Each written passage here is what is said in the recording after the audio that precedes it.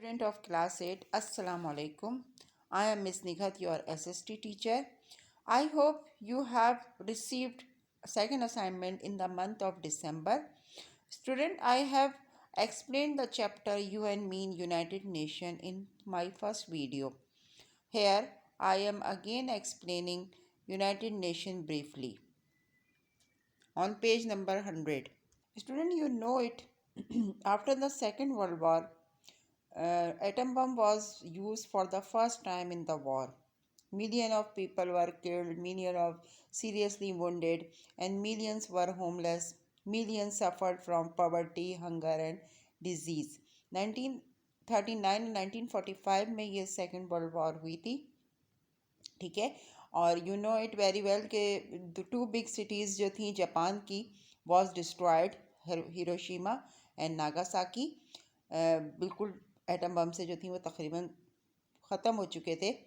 All the nations now wanted to save the coming generation from this situation. चाहते थे वो लोग कि आने वाली नस्लें जो हैं वो अब दोबारा इस तरह की सिचुएशन का सामना ना कर सकें। तो उस वक्त के सम इम्पॉर्टेंट लीडर्स थे, सर वॉस्टन चर्चिल थे, प्राइम मिनिस्टर ऑफ ब्रिटेन थे, FD रोजवेल्ट थे जो कि प्रेसिडेंट ऑफ USA थे, और जोसेफ स्टालिन थे, प्राइम मिनिस्टर ऑफ रशिया। उन्होंने जो थी वो एक ऑर्गेनाइजेशन स्टार्ट की थी 24 अक्टूबर 1945 को, जिसका नाम यूनाइटेड नेशन रखा गया, ठीक है। The headquarter of the UN is in New York. ये सामने आपको पिक्चर में दिखाई भी दे रहा है कि इसका हेडक्वार्टर है जो कि न्यूयॉर्क में वाक़या है। एंड 192 कंट्रीज़ इस वक्त जो हैं वो इसकी मेंबर हैं, अभी भी इसकी मौजूद हैं, जिस पर उन्होंने जो है उसके चार्टर पे साइन कर रखे हैं।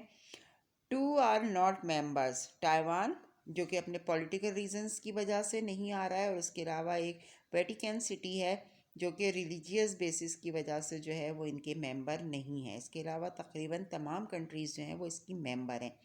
इनकी स्ट्रक्चर ऑफ यूनाइटेड नेशंस जो हैं उसकी कुछ बॉडीज़ हैं, 5 मेन बॉडीज़ हैं। The general assembly, the security council, the secretariat, the economic and social council और the international court of justice, ठीक है। ये मैंने आपको पिछली वीडियो में बहुत डिटेल से आपको इसके बारे में, मैंने इसके फंक्शंस के बारे में भी डिटेल से आपको समझा दिया था। स्टूडेंट, ये हमारा जो है वो सेकंड असाइनमेंट है, ठीक है। इसका रिमेनिंग पार्ट जो था मैंने आपको long question answer, short question answer पिछली वीडियो में जो थे वो मैंने आपको समझाए भी थे इसके, और मैंने आपको वर्क भी दिया था।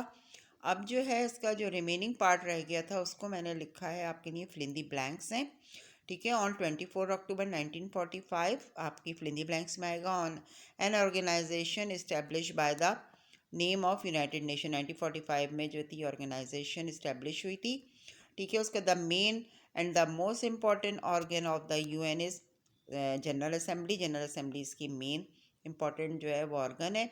इसके अलावा नंबर 3 है, the role of the security council is great importance for the prevention of war and mention peace in the maintain peace in the world, ठीक है। आपको पीस जो है वो मेंटेन रखता है, यानी दोबारा लड़ाई झगड़े ना हो सकें, और इसके अलावा वो जंग से बचाव के लिए भी जो है वो कोशिश करता है कि दोबारा से जंग ना हो। The UN headquarter is in New York. The charter of UN was sign on 25 state, 51 state जो है उन्होंने इसके चार्टर पे साइन कर रखे हैं। The WHO is the largest organisation in the world. सबसे बड़ी जो ऑर्गेनाइजेशन है इसकी WHO है, जो कि हंगर यानी भूख से और खाना फराम करने का जो है वो उसके काम फरीज़ा जो है वो अंजाम देती है, यानी सेहत से मुताल्लिक जो काम होते हैं उसके लिए जो है वो ये काम करती है। उसके बाद नेक्स्ट पेज पे आप ट्रू एंड फॉल्स की हेडिंग डालेंगे। फर्स्ट आपका है ट्रू एंड फॉल्स में, international court of justice decided dispute among the Nations. Among जो ज़ाहिर जस्टिस से, इंसाफ से मुताल्लिक़ है, तो डेफिनेटली वो जो है जो झगड़े हैं मुल्कों से मुताल्लिक़ जो होते हैं दो कौमों के दरमियान, उनसे जो है वो निपटाने के लिए जो है उनको सॉल्व करने के लिए इंटरनेशनल कोर्ट ऑफ जस्टिस का क़याम आया है अमल में। World health organisation has is headquarter is in Geneva, ठीक है। ये जो है ये चूँकि सही है ये दोनों, तो इसके आगे मैंने ट्रू लिख दिया है। इसके अलावा नंबर 3 है, trusteeship council is composed of 3 members, यानी इसके 5 मेंबर्स होते हैं, तो ये जो है वो हमारा फॉल्स है। इसके अलावा फिर है द ब्रिटिश ऑक्युपाइड सिप्रस इन 1948, तो ये भी गलत है, ये 1949 में जो था उस पर कब्ज़ा किया गया था, तो ये भी फॉल्स है। The world bank role is the reduce poverty by lending money to the government by the power for the by its poor people. ठीक है, जो गरीब मुल्क होते हैं उनके लिए जो है वो IMF का यकीनन आपने नाम सुना हुआ है। वर्ल्ड बैंक जो है वो आपको रिड्यूस करता है, यानी गुर्बत को दूर करने की कोशिश करता है, और इसके अलावा वो जो है वो जो गरीब ममालिक होते हैं उनको पैसे भी देता है ताकि वो अपने जो मसाइल हैं अपने उनको हल किया जा सके। The first UN peace keeping mission was establish in 1949, जो UN का पहला पीस कीपिंग मिशन था जो कि इस्टेब्लिश हुआ था 1949 में। जी नहीं, 49 में नहीं हुआ था, ये 45 में हुआ था। तो ठीक है, ये फॉल्स है आपका। फिर उसके बाद चूज़ द बेस्ट आंसर है आपके। The security council has 15 members. Second है the economic and social general provide loan to the members of countries for economical development. ठीक है, उनके माशी हालात बेहतर करने के लिए, उनकी माशी ज़रूरियात पूरी करने के लिए जो है वो इकोनॉमिक एंड सोशल काउंसिल जो है वो लोन फराहम करती है। इन 1975 only 7.1% of the population of Palestine was Muslims. ठीक है, 1971 में जो थी सिर्फ 7.1 जो लोग आबादी थी वो मुसलमान थी। द OIC हेडक्वार्टर इज़ इन जद्दा। ठीक है, OIC जो ऑर्गेनाइजेशन है जो मुसलमानों के लिए इस्तेमाल होती है, जो इस्लामिक कंट्रीज़ की है, वो जद्दा में क़ायम है।